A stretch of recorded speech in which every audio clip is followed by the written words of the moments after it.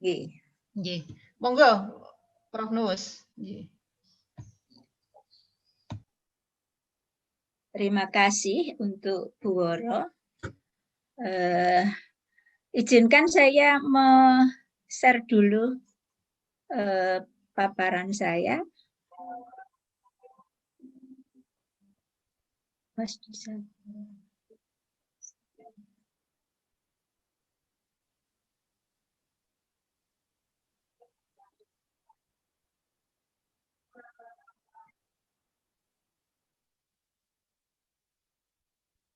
Host disabel, kok disabel ya Pak ya? Nyon sewu, ini saya belum bisa share screen.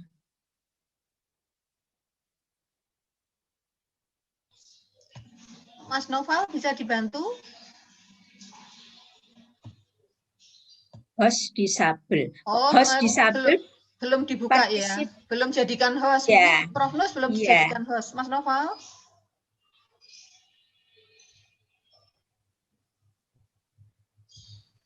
Hostnya cuma Pak Harjito nih. Oh, Pak Harjito. Oh, Pak Harjito. Pak Harjito.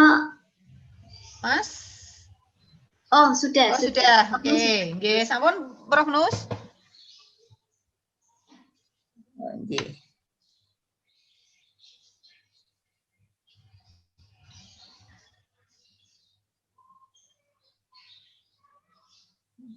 Oh, salah.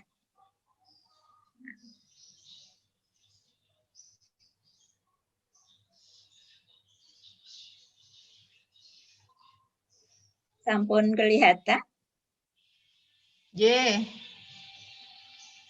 Assalamualaikum warahmatullahi wabarakatuh. Waalaikumsalam warahmatullahi wabarakatuh. Yang terhormat Bapak Nanang Sungkowo, Kepala Sekolah SMA SMP 34, pada Bapak Harjito, Mas Harjito, selaku ketua tim ini,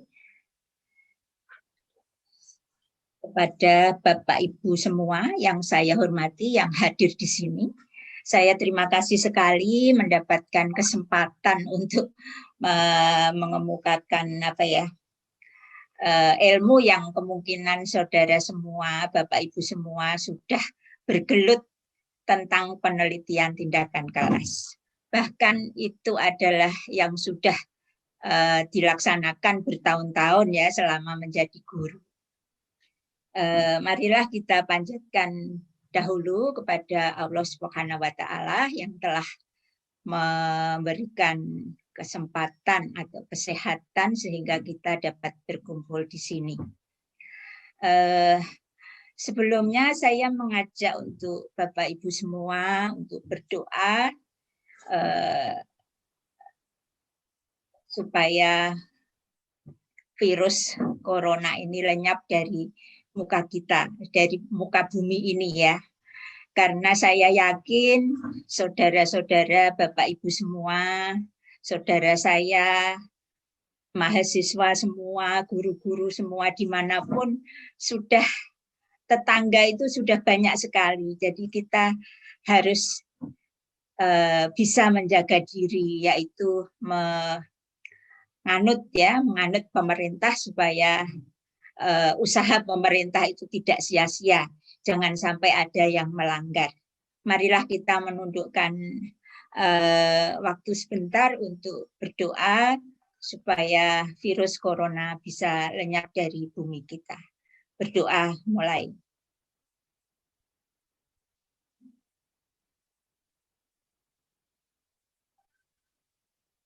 Berdoa selesai.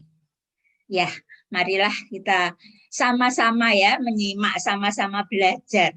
Saya senang sekali tadi Pak Nanang itu mengatakan bahwa guru yang berhenti belajar, berhenti juga lah mengajar. Ya. Dipecat ya Pak Nanang ya, kalau nggak mau belajar dipecat saja. Itu ya, saya setuju sekali itu. Jadi saya sampai saat ini tuh belajar sama masjid itu.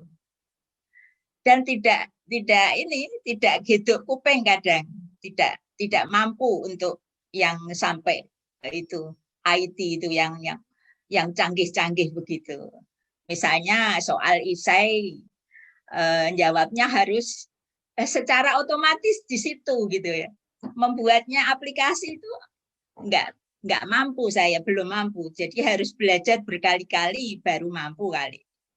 Gitu. Mari kita langsung saja ke desain penelitian tindakan kelas. Jadi saya yakin Bapak Ibu semua itu, apalagi di dalam pembelajaran daring ya, pasti guru mempunyai banyak masalah.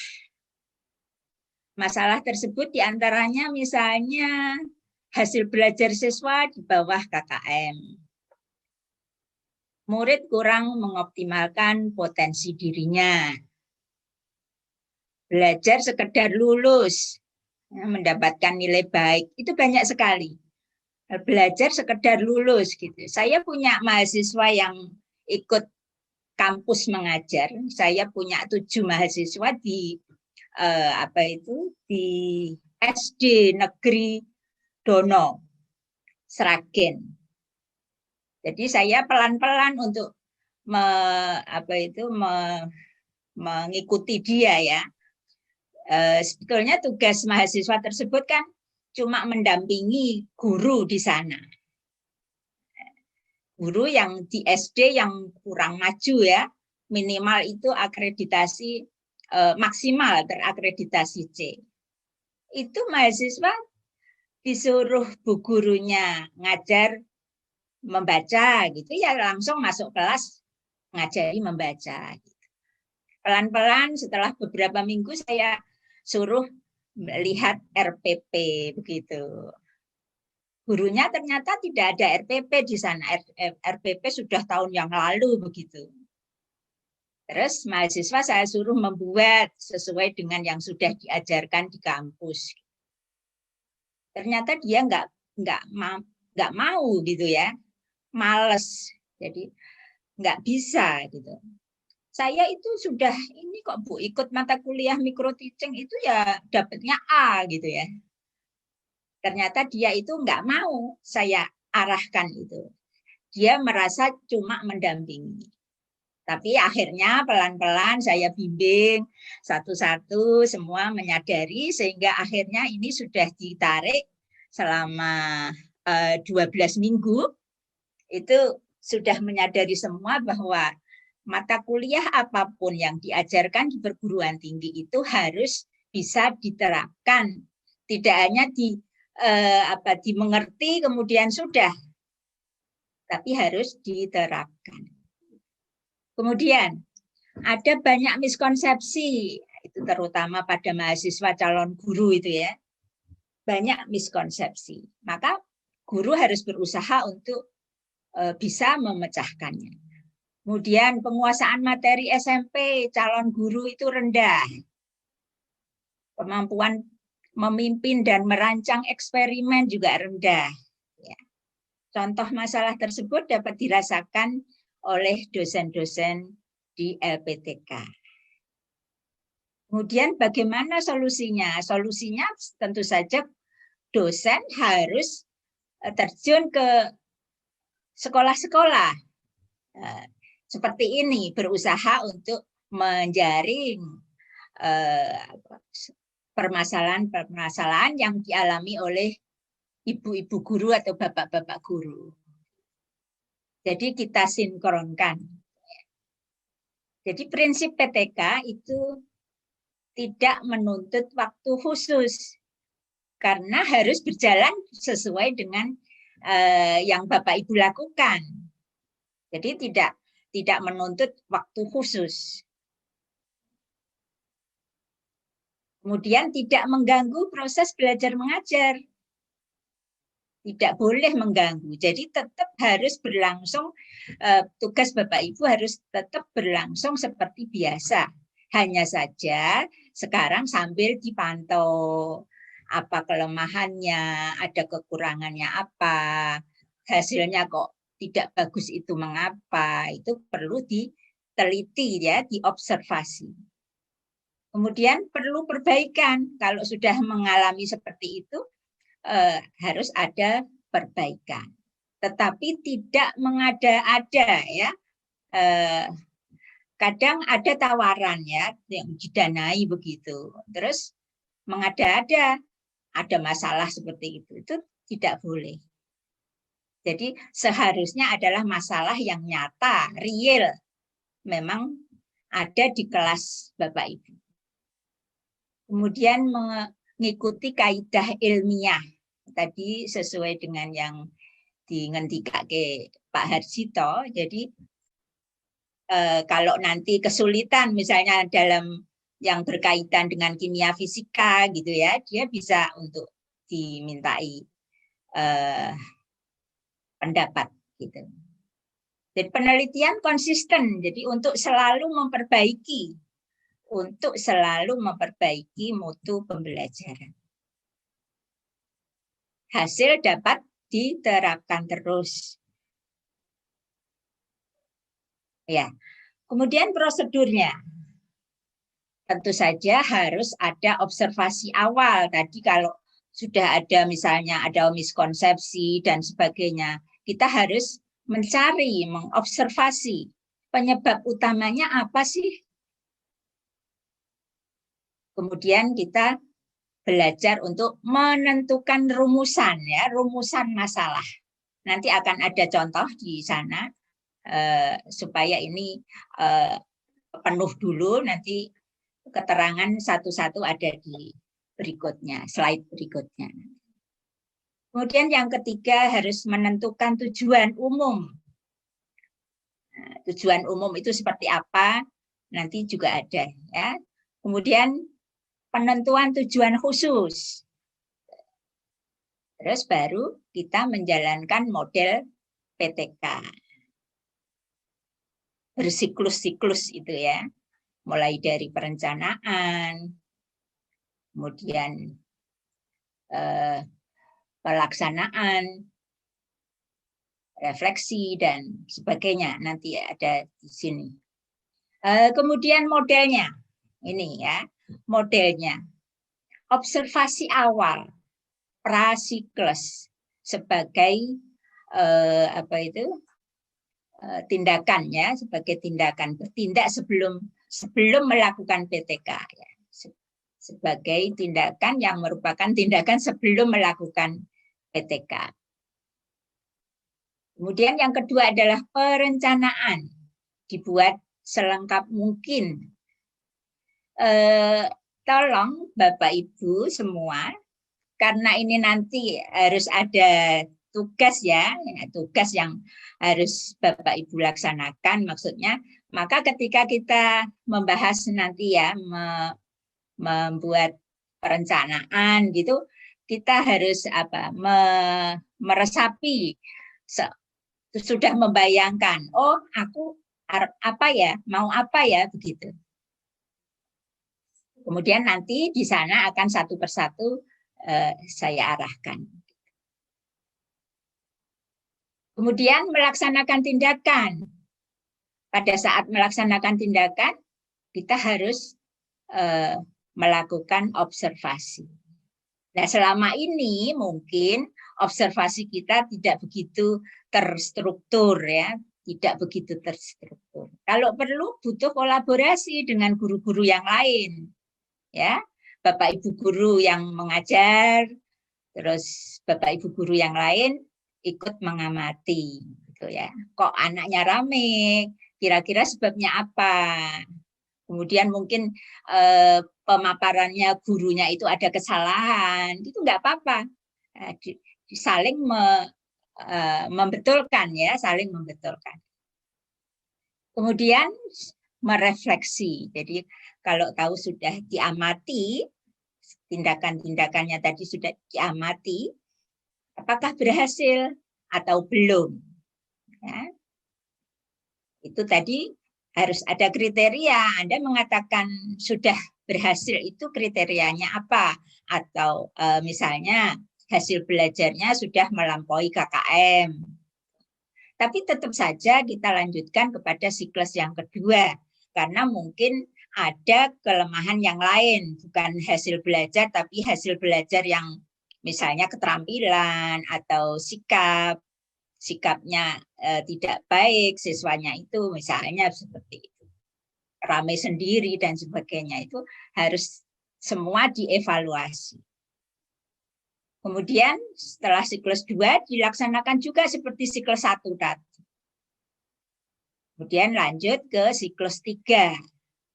Jadi PTK ini saya tekankan minimal itu adalah 3 siklus. Minimal 3 siklus. Kalau perlu Bapak Ibu semua, 1 semester itu bersiklus-siklus ya nggak apa-apa, nggak masalah. Nah, kita selalu mengamati berhasilannya untuk memperbaiki pada topik tersebut, diperbaiki tahun depan. Kalau topiknya lain kan diperbaiki setelah siklus itu, siklus 2, siklus 3, itu kan mesti topiknya berbeda. Kita lanjut, topiknya selalu lanjut topik berikutnya. Gitu. Nah, kemudian sebelum penjelasan satu persatu, maka ini saya kemukakan struktur proposal ya, desain. Itu nanti ada apa saja. Maka mulai sekarang Bapak Ibu semua nanti sudah mikir ya. Jadi judul penelitian itu mesti ada. Nah, judulnya apa ya? Nanti akan ada penjelasan judul yang bagus itu seperti apa. Kemudian bab 1 yaitu pendahuluan. Pendahuluan terdiri dari latar belakang masalah, perumusan masalah penelitian, tujuan penelitian tindakan, manfaat penelitian, hipotesis tindakan, ruang lingkup, definisi operasional. Kemudian yang di bab 2 itu kajian pustaka. Uraian berkaitan dengan masalah. Jadi masalah yang ada di judul tadi, itu kan ada masalah, ada solusi, ada pengaruh solusi itu terhadap masalah. Itu harus tercantum di dalam judul dan nanti di kajian pustaka harus diuraikan satu persatu. Walaupun nanti tugas Bapak Ibu yang saat ini mungkin tidak begitu detail, nggak apa-apa. Tapi sudah punya rencana yang kemungkinan nanti Bapak Ibu punya apa ya, ada semacam tawaran ya dari dinas provinsi atau dari perguruan tinggi atau dari departemen apa untuk menawarkan misalnya penelitian tindakan kelas gitu. Jadi ada dana. Nah, kalau ada kesempatan itu, kalau sekarang Bapak Ibu sudah membuat kan tinggal enak, tinggal nambahi. Mungkin kajian pustakanya ditambah dengan apa itu pustaka-pustaka yang masa kini, yang publish dalam tahun-tahun terakhir, terutama yang berkaitan dengan mungkin pembelajaran daring dan sebagainya. Kemudian yang bab 3 itu adalah metode penelitian, metodologi penelitian. Jadi harus ada subjek penelitian. Tentu saja subjek penelitiannya kan siswa itu tadi ya, siswa di pembelajaran di kelas. Subjeknya itu sekolahnya yang mana, kelasnya kelas berapa gitu. Kemudian rancangan penelitian. Perencanaan, prosedur pelaksanaan tindakan dan pengamatan, kemudian refleksi. Saat merencanakan ini, tentu saja kita akan berpikir untuk mendapatkan hasil belajar, data hasil belajar setelah kita melakukan tindakan, itu kan mesti harus punya instrumen untuk mengambil data, ya. Instrumen pengumpulan data. Bisa juga itu merupakan tes soal ya, tes soal, bisa juga angket motivasi, bisa juga lembar observasi keterampilan. Jadi nanti akan dibahas di belakang. Kemudian teknik analisisnya seperti apa? Teknik analisis data untuk penelitian tindakan kelas tidak usah berstatistik yang muluk-muluk ya. Kita pakai sederhana saja nggak masalah. Kemudian penyiapan partisipan dan jadwal penelitian. Jadi jadwal penelitian ini penting sekali karena berkaitan dengan jadwal sekolah. Jadi misalnya topik A gitu ya, topik misalnya pencemaran lingkungan gitu ya, di SMP ada. Itu berapa JP? Nah, kita buat RPP kan sesuai dengan itu. Maka ada pertemuan berapa kali bertemu, berapa kali kita melaksanakan tindakan kelas tersebut. Jadi ada di sana ada berkaitan semua dengan jadwal sekolah. Jadi itu misalnya dia terjadwal setiap minggu 5 DP misalnya. Kita mau berapa minggu atau topiknya itu berapa JP. Kita lebih baik menyesuaikan dengan JP materi tersebut. Dan, selanjutnya yaitu daftar pustaka. Ya, ini di luar ya, bab 1, 2, 3, kemudian daftar pustaka. Daftar pustaka memuat semua sumber pustaka yang dirujuk dalam kajian pustaka atau kajian teori yang digunakan dalam semua bagian laporan. Di dalam proposal juga, misalnya di dalam pendahuluan sudah ada mengkaji pustaka, ya nggak apa-apa. Pokoknya di seluruh bagian dari proposal, kalau ini proposal ya, dengan sistem penulisan yang konsisten menurut ketentuan yang berlaku. Jadi bagaimana menuliskan buku ya di dalam daftar pustaka, bagaimana menuliskan artikel jurnal di dalam daftar pustaka, itu ada aturan tersendiri. Kemudian lampiran, ya ini lampiran tadi yang merupakan lampiran berupa instrumen yang digunakan dalam penelitian. Lembar jawaban dari siswa, izin penelitian, dan bukti lain yang dipandang penting. Jadi di sini RPP itu termasuk lampiran nanti. Nah, kemudian bahan ajar ya, termasuk lampiran. Nah, itu kan sudah ada semua mesti. Kita tidak melakukan penelitian pun sudah ada semua, sudah harus siap. RPP akan diperiksa oleh sebelum tahun ajaran baru, begitu biasanya Bapak Kepala Sekolah menuntut untuk RPP sudah jadi gitu ya. Iya. Yeah. Ya, sekarang kita mulai membuat judul PTK yang bagus itu bagaimana gitu ya. Jadi mulai dari tadi dipikirkan ada problem di kelas. Istilahkan itu penyakit ya. Penyakit. Kemudian ibu bapak guru berpikir bagaimana solusinya? Solusinya bagaimana? Obatnya seperti apa? Siswanya ya, siswa pasiennya. Pasiennya kelas berapa? Sekolah mana? Pasien ya, siswa itu pasiennya, sekolah rumah sakitnya. Ya, biar diingat aja ini. Dirumuskan secara sederhana, singkat.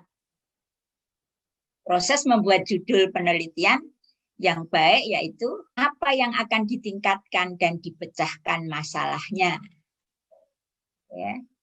Siapa yang ditingkatkan? Bagaimana cara meningkatkannya? Begitu. Kemudian formulasi judul. tadi apa saja ya yang penyakitnya apa, solusinya bagaimana. Ini sudah mengarah ke diformulasi ya, diformulasi. Peningkatan bla bla bla melalui apa siswa kelas 7 SMP gitu ya. Ya, jadi penyakitnya apa itu jelas, peningkatan hasil belajar karena tadi hasil belajarnya rendah misalnya. Melalui pembelajaran berbasis masalah gitu ya. Tentu saja Bapak Ibu semua sudah mengalami ini, tidak ada yang belum mengalami. Semuanya sudah mengalami. Lah ini meningkatkannya itulah yang guru-guru dituntut untuk yang kreatif dan inovatif. Sehingga siswa itu senang gitu ya, senang dalam mengikuti pembelajaran. Kemudian contoh ini ya, contoh langsung ya. Penggunaan metode bermain peran dalam meningkatkan kemampuan berbahasa Jawa siswa kelas 8 SMP. Nah, ini bahasa Jawa itu bukan luar biasa kesulitnya guru-guru bahasa Jawa untuk ngajari siswa. Saya tidak tahu apakah SMP masih ada untuk pelajaran berbahasa Jawa ya. Yang saya tahu itu SD. Itu kan bagus sekali kalau memang dia menggunakan bermain peran. Gitu. Saya sering miss call cucu saya, menggoda cucu saya. Jadi kadang jawabannya memang aneh gitu.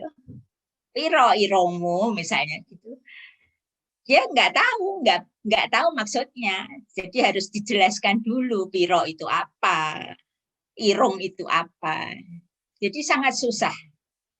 Karena apa? Karena bahasa yang digunakan sehari-hari oleh keluarganya itu bukan bahasa ibu. Jadi yang baik itu sebetulnya katanya menggunakan bahasa di rumah itu adalah bahasa ibu. Jadi orang Jawa ya nganggo bahasa Jawa gitu. Orang Sunda ya pakai bahasa Sunda gitu. Kalau bahasa Indonesia itu kan umum harus dikuasai oleh semua. Gitu. Ya, ini yang kesalahan yang sampai sekarang tidak diperbaiki, tidak mau memperbaiki, termasuk saya sudah pernah ditegur oleh ibu mertua, loh Mbak kalau ning omah yo pakai bahasa Jawa, aja pakai bahasa Indonesia karena kebetulan ibu mertua saya kepala sekolah SD begitu. Tapi ibu mertua juga ragu, ya wes lah nak, koncone ya ngono ya wes gitu, tidak memaksakan kepada saya. Iya. Ini yang contoh yang kedua. Pembelajaran kooperatif tipe STEP dengan media VCD untuk meningkatkan prestasi belajar matematika kelas 9 ya, ini salah ya. Kelas 9. kelas 7 ya, sampai 8 aja SMP. Ya. Jadi yang biru ini adalah penyakit. Ya, prestasi matematika itu sangat rendah.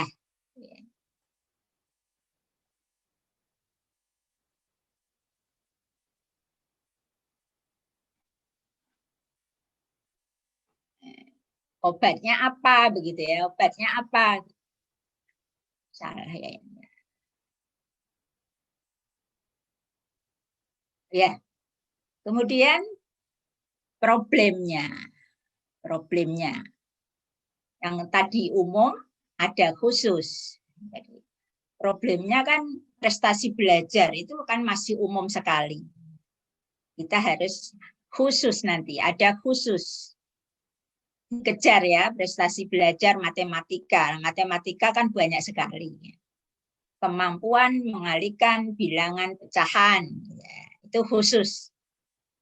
Kemudian hasil belajar bahasa Indonesia. Ini masih tetap IPA, ini salah ini ya. Misalnya keterampilan menulis puisi. Itu yang khususnya. Kalau IPA ya mungkin ini apa? Hasil belajar IPA umumnya khususnya ya kemampuan materi tentang ini, pemanasan global misalnya. Iya. Kemudian untuk yang motivasi ya, problemnya kinerja guru matematika. Problemnya Bapak Kepala Sekolah. Guru matematikanya sangat bagus, kreatif, tapi tetap saja siswanya kok tidak semangat ya. Itu memang dari lingkungan keluarga juga bisa. Jadi Bapak Kepala Sekolah jangan langsung menyalahkan gurunya ya. Motivasi belajar itu dari lingkungan keluarga, lingkungan tetangga, lingkungan ini masuk semua di sana. Ya, kemudian solusinya, contoh penulisannya ya, metode mengajar, media mengajar, ya, yang diperbaiki itu solusinya itu metodenya mengajarkah atau media mengajarnya atau strategi mengajarnya atau pendekatan mengajarnya. Itu tergantung dari gurunya. Kira-kira apa ya yang paling dibutuhkan oleh siswa supaya dia termotivasi untuk belajar. Demikian juga untuk yang semacam ini ya, metode bimbingan ya, pendekatan guru DP itu, pendekatan bimbingan itu juga bisa. Untuk yang kepala sekolah mungkin ini strategi pengelolaan sekolah. Jadi Bapak Ibu sekolah ya, kepala sekolah mungkin bisa ada CCTV gitu ya. Bapak kepala sekolah cuma duduk di dalam ruangannya, tapi bisa melihat proses pembelajaran di kelas-kelas gitu ya. Bagaimana nanti kalau memang ada yang guru yang kurang sesuai, kurang ini begitu, supaya ditegur, diperbaiki, diberi contoh dan sebagainya. Ya. Kemudian membuat latar belakang masalah ini. Kondisi ideal, kondisi real, ada gap. Harusnya kondisi ideal seperti apa? Tetapi ternyata kondisinya seperti itu. Jadi di SD itu, SD Negeri Jono 1 Sragen itu ada kelas 5 yang belum bisa membaca. Nah, itu kan jauh dari ideal. Tentu saja gurunya kan mestinya kan guru kelas 1 dan 2 ya yang harus segera mengatasi masalah. Tetapi ternyata masih berlangsung terus sampai kelas 5 belum bisa membaca. Nah, ini tugas siapa? Tentu saja memang tugas semua ya, tugas pemerintah, tugas guru, tugas orang tua. Jadi harus saling mengerti mestinya. Skema pembuatan latar belakang. Kemampuan menjumlahkan bilangan pecahan rata-rata 90 harusnya gitu ya, maunya gurunya. Kemampuan penjumlahan bilangan pecahan ternyata hanya rata-ratanya 40. Jadi ternyata guru hanya ceramah gitu ya. Masa mengajar matematika ceramah. Urutan materi mengajarnya tidak runtut gitu ya. Ya pokoknya itu harus dicari, diobservasi tadi. Observasi awal sebelum tindakan. Kemudian membuat rumusan masalah. Ini sudah sampai ke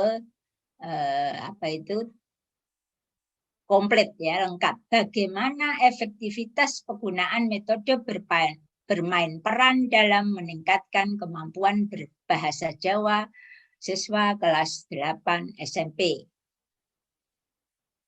Ini sudah ada tadi lengkap, sudah ada penyakitnya, ada rumah sakitnya, ada ini sudah lengkap. Ini contoh yang sudah lengkap yang harus dibuat Bapak Ibu semua nanti.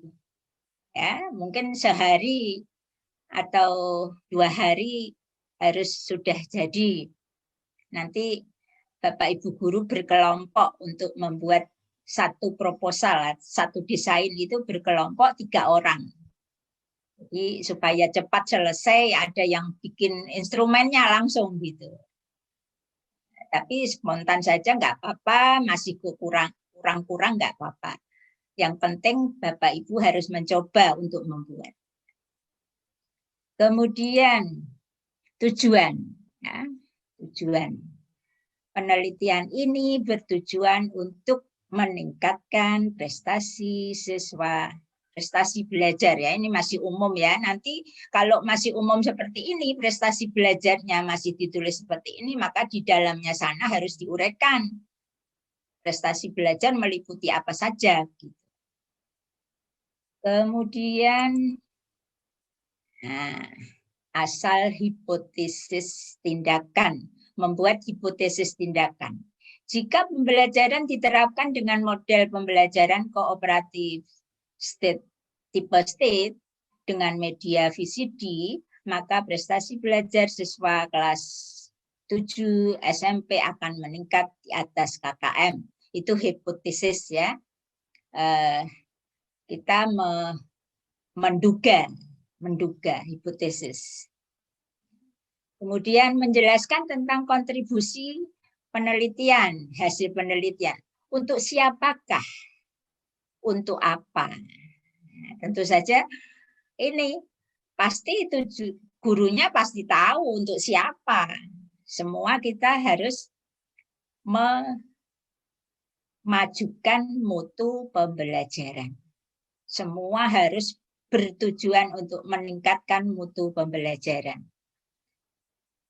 Bagi guru, hasil penelitian ini dapat dijadikan sebagai masukan untuk meningkatkan proses pembelajaran di kelas. Bagi peneliti lain, hasil penelitian ini dapat dijadikan acuan, jadi ditiru. Ya, ditiru oleh guru lain. Apalagi kalau nanti hasil PTK-nya itu dipublish di jurnal ya, di artikel jurnal itu dipublish di sana, dibaca banyak orang sak dunia, maka akan ditiru. Bagi kepala sekolah, hasil penelitian ini dapat dijadikan acuan dalam membuat kebijakan. Jadi tadi kalau tidak mau belajar, tidak mau membuat PTK, nggak usah aja lah ngajar, stop ngajar. Ya. Membuat bab 2, kajian pustaka. Kajian pustaka ini memang harus semua yang diuraikan, variabel-variabel yang dikemukakan itu harus berdasarkan dari ilmiah ya, dengan ilmiah. Jadi Anda mengetahui konsep itu dari mana? Ya, orian tentang masalah atau penyakit tadi. Jadi harus didasari sumber belajar yang terpercaya. Nah, sumber belajar yang terpercaya itu yang seperti apa? Kalau sekarang ya harus dari artikel jurnal yang misalnya internasional ya harus internasional yang bereputasi gitu ya. Atau dari jurnal nasional yang terakreditasi. Karena apa? Karena ada banyak jurnal yang internasional ataupun nasional yang abal-abal. Jadi dia menulis di sana hanya memenuhi artikel-artikel Bapak Ibu yang mau naik pangkat, gitu. Walaupun isinya itu tidak benar. Itu namanya jurnal abal-abal ya. Biasanya ada pemberitahuan itu, biasanya konangan. Nah, kemudian ya bab 3. Bab 3 ini ada rancangan penelitian, perencanaan, prosedur, refleksi, instrumen tadi ya. Kemudian ada jadwal penelitian. Jadwal penelitian ini sudah ya tadi ya. Kok saya agak ini. Jadi jadwal itu tidak akan mempengaruhi jadwal Bapak Ibu semua mengajar di sana, di SMP-nya. Jadwal menurut itu. Tetapi kalau nanti Bapak Ibu mau membuat proposal yang didanai, tentu saja jadwalnya harus menyesuaikan dengan jadwal yang ada masa penelitian yang ditawarkan tersebut. Kemudian, ya, ini tadi latar dan subjeknya ya, mulai dari ke-1 bab 3. Tempat penelitian, sekolahnya, lembaganya, tempat subjek penelitian. Mengungkapkan siapa saja yang akan dijadikan responden. Kemudian mengungkapkan ciri-ciri responden yang akan dipakai sebagai subjek penelitian. Desainnya, rancangan yang dipilih, penelitian tindakan kelas, serta alasan, dan dikaitkan dengan tujuan penelitian yang sudah Anda tetapkan. Tujuan Anda, tujuan dari Bapak Ibu Guru tadi, untuk merancang yang penelitian tindakan kelas, yang kelas berapa, topiknya apa, itu sudah harus ditetapkan. Kemudian perencanaan. Ya. Mengungkapkan hasil refleksi awal. Refleksi awal ya. Jadi mengungkapkan rancangan tindakan. Jadi awalnya harus ada refleksi awal sebelum melakukan tindakan. Cara melakukan perbaikan dengan model pembelajaran kooperatif state, misalnya ini contoh ya. Cara melakukan perbaikan dengan model pembelajaran kooperatif state. Misalnya pakai model quantum learning ya boleh. Ini tergantung dari kreativitas Bapak Ibu Guru. Dilengkapi dengan RPP pada bagian lampiran. Kemudian rincian kegiatan. Bisa dirinci pertama siswa disuruh apa. Kemudian indikatornya keberhasilan apa saja yang akan diungkap. Indikatornya apa saja. Hasil belajar atau minat baca atau apa begitu ya. Atau keterampilan apa dia membuat sesuatu proyek. Bisa juga. Jadi tergantung dari topik ini. Topik yang diambil. Kemudian jumlah pertemuan juga ini akan dihitung. Itu topik itu ada 10 JP misalnya. Kemudian cara mengobservasi, jadi nanti jam pertemuan ke-1, ke-2, ke-3 seperti apa. Jadi satu siklus itu bisa beberapa pertemuan. Jadi skenario-nya Bapak Ibu harus jelas. Tapi sesuaikan saja dengan seperti adanya, seperti kenyataan selama Anda tidak melakukan penelitian itu. Kalau tidak diteliti, toh juga Bapak Ibu harus melakukan pembelajaran itu. Hanya karena ini saudara teliti, jadi diteliti sendiri ya. Bapak Ibu Guru melaksanakan pembelajaran, diteliti sendiri, maka harus lebih terstruktur. Begitu, kemudian prosedur pelaksanaan tindakan. Jadi mengungkapkan implementasi rancangan tindakan. Harus diperinci bagaimana langkah konkret menerapkan rancangan model tersebut. Jadi misalnya menggunakan pembelajaran kooperatif, ya harus Bapak Ibu harus tahu ya apa toh itu pembelajaran kooperatif state. Jadi langkah-langkahnya itu mungkin ada perbedaan dengan yang model yang lain gitu. Jadi harus dikuasai Untuk menguasai ini, Bapak Ibu kan harus belajar. Jadi apa, mengapa, kok pakai pembelajaran kooperatif state itu harus dipelajari. Sehingga dalam menjalankan langkah-langkah tadi, betul begitu. Benar-benar itu adalah model pembelajaran kooperatif state. Jangan sampai di dalam RPP, di dalam perencanaan PTK, Anda menyebutkan pakai model pembelajaran kooperatif state. Tapi ternyata langkah-langkahnya, implementasinya tidak memperhatikan itu. Ya, ini banyak terjadi. Karena tidak dilakukan penelitian begitu. Walaupun RPP-nya ditulis muluk-muluk seperti itu. Tapi banyak yang ternyata setelah pelaksanaan itu tidak seperti itu. Kemudian menyusun refleksi.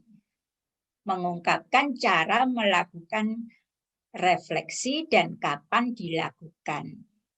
Jadi setelah langkah-langkah tadi dilakukan semua, setelah ini saudara harus bisa, Bapak Ibu harus bisa merefleksi ya. Ya nggak apa-apa, merefleksi diri sendiri, saya kira lebih mudah kan daripada penelitian yang lain, bukan penelitian tindakan kelas. Mengungkapkan siapa saja yang terlibat dalam melakukan refleksi. Kalau tadi misalnya minta bantuan Bapak Ibu guru lain, minta bantuan pemantauan Bapak Kepala Sekolah, ya silakan dilibatkan untuk membuat refleksi. Kemudian instrumen, nah ini yang paling penting. Jadi saya boleh cerita, ada mahasiswa yang penelitian di sebuah SMA ya, ini mahasiswa saya kan kimia, melakukan penelitian di SMA dengan menggunakan model PBL dengan instrumen yang lengkap, komplit dan sudah dibuat secara bagus, sudah divalidasi. Setelah sampai ke tes, gitu ya, post tes ya, setelah sampai post tes, gurunya jawel sama mahasiswa, Mbak, jangan pakai itu ya soal yang Anda buat ya, pakailah soalku saja, soal ibu guru tadi, pakailah soal ini ya, nanti nggak bisa mengerjakan siswa saya gitu. Terus mahasiswa berkeluh kesah pada saya sebagai pembimbing, Bu, itu gimana? Nanti saya kan nggak punya data begitu. Nah, terus saya suruh pendekatan pada Bapak Ibu guru tersebut, boleh dua-duanya Bu ya dipakai ya gitu. Nanti yang digunakan oleh Ibu adalah soal yang ini, hasil yang soalnya itu, tapi saya butuh ini gitu ya. Dengan pendekatan yang baik, akhirnya tidak ada masalah. Sudah lulus, sudah beberapa tahun yang lalu. Itu saya kemukakan pada Bapak Ibu semua supaya menjadikan perhatian bahwa penelitian itu tidak harus berhasil. Jadi mahasiswa tersebut tetap lulus andaikan hasil belajarnya, post testnya itu jelek, nggak apa-apa, nggak masalah. Tetap dilaporkan tidak lulus, hasilnya di bawah KKM nggak masalah. Mahasiswa tetap lulus. Asal dia nanti kan bisa melaporkan kira-kira sebabnya apa dan sebagainya. Begitu. Jadi skripsi itu hanya latihan ya, tapi yang benar. Iya, kemudian teknik analisis data. Mengungkapkan cara melakukan analisis data dari data kualitatif atau kuantitatif yang telah dikumpulkan dengan instrumen yang ada. Jadi ciri utama PTK adalah analisis secara kualitatif, jadi direduksi pemaparannya, pemaknaan, kemudian inferensi. Begitu, kemudian penyiapan partisipan, Jadi siapa yang dilibatkan dalam penelitian, kemudian menyusun jadwal penelitian, tadi sudah saya kemukakan. Jadi paparkan mulai dari refleksi awal, kemudian menyusun proposal itu kapan, jadi jadwalkan. Di sini jangan sampai itu mempengaruhi jadwal pembelajaran di sekolah. Kemudian, nah ini tidak perlu kita nanti tidak usah membuat anggaran ya, tapi latihan juga nggak apa-apa. Jadi anggaran harus ditulis secara rinci, itu ya, tidak boleh bohong ya.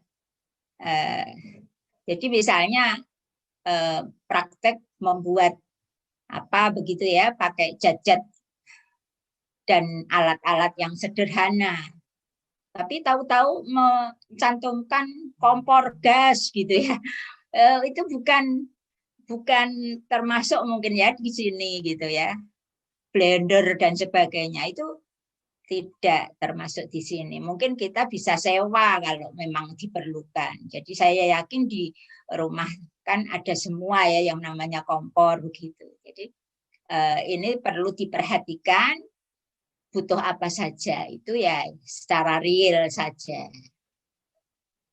Kemudian ya, jadi memang PTK itu merupakan upaya memperdayakan guru, pemberdayaan guru ya.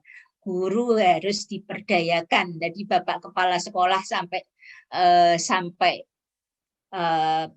ngendiko seperti itu kan karena pengennya guru itu harus belajar gitu ya, harus belajar untuk meningkatkan kualitas pendidikan, khususnya dalam perbaikan kualitas pembelajaran.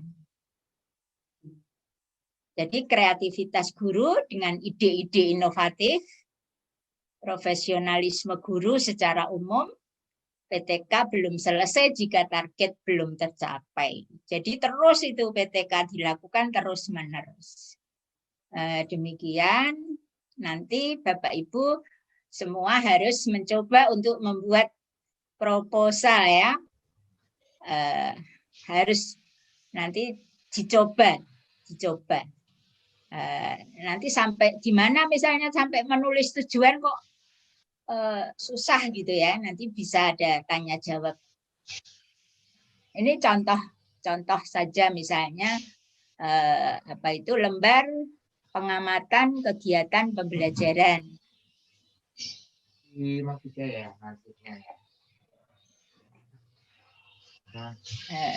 Ya ini salah satu contoh ya, nanti banyak contoh-contoh lagi yang ada di lampiran itu termasuk surat izin penelitian, RPP, bahan ajar, itu termasuk di dalam lampiran.